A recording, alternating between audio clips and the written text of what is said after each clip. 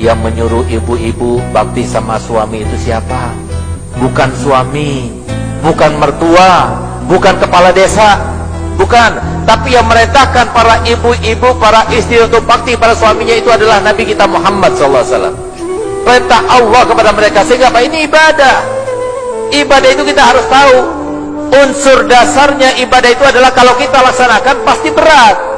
Kenapa? Kita ada hawa nafsu, kita ada setan. Kalau kita nggak berjuang, kita nggak bakal bisa melaksanakan ibadah. Sama, bakti sama suami itu juga seperti itu. Oleh karenanya Bu, camkan baik-baik dalam Islam itu kalau orang laki ini, dari mulai dia lahir, sampai dia dewasa, sampai dia kawin, sampai dia punya anak, sampai dia punya cucu, tetap hak yang paling besar adalah haknya Allah, lalu haknya Rasulullah, lalu ketiga, keempat, kelima, keenam, ke-30 itu adalah haknya orang tua. Tapi kalau perempuan tidak. Perempuan yang pertama hak yang paling besar adalah haknya Allah. Yang kedua haknya Rasulullah.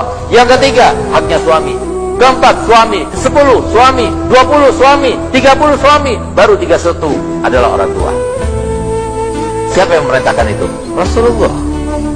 Ada satu orang perempuan sahabat Nabi datang kepada Nabi Muhammad. Dia ingin meniru sahabat-sahabat Nabi yang lainnya. Banyak di antara sahabat Nabi yang datang kepada Muhammad. Ya Rasulullah, aina ana, nanti ketika di akhirat aku ini berada di mana? Maka Nabi SAW menjawab, anta ma'i fil jannah, kamu di surga. Banyak itu sahabat seperti itu. Sehingga ada sahabat perempuan yang meniru, datang kepada Nabi Muhammad. Ya Rasulullah, aina ana, di mana aku nanti? Apa jawaban Nabi Muhammad? Alaki zawj, apakah kamu punya suami? Ya, jannatuki wa naruki fi yadi zawj. Surgamu dan nerakamu itu berada di tangan suamimu. Mungkin ada yang bertanya, Bu, loh kok bisa? Laki-laki selalu setelah haknya Allah dan Rasulnya orang tua, tapi sementara istri tidak.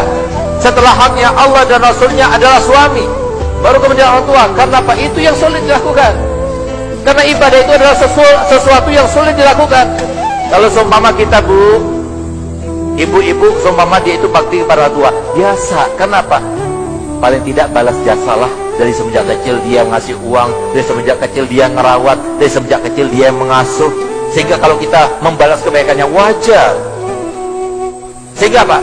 Kalau kita diperintahkan untuk bakti kepada orang tua, itu biasa. Tapi diperintahkan bakti kepada suami, siapa suami? Orang lain. Bisa jadi tetangga, bisa jadi orang jauh. Bukan ada apa-apanya, hanya mengatakan qabiltu nikaha wa tazwijaha bil mahril mazkur. Langsung kalau keluar harus minta izin. Enggak boleh kita itu membuat dia itu galau pikirannya. Kata Nabi Muhammad, kalau seumpama ada di antara kalian perempuan yang beribadah dengan ibadah 1 bulan penuh berpuasa, 1 bulan penuh bangun malam, tapi 1 kali saja membuat pikiran suami tidak enak atau galau pikirannya, maka semua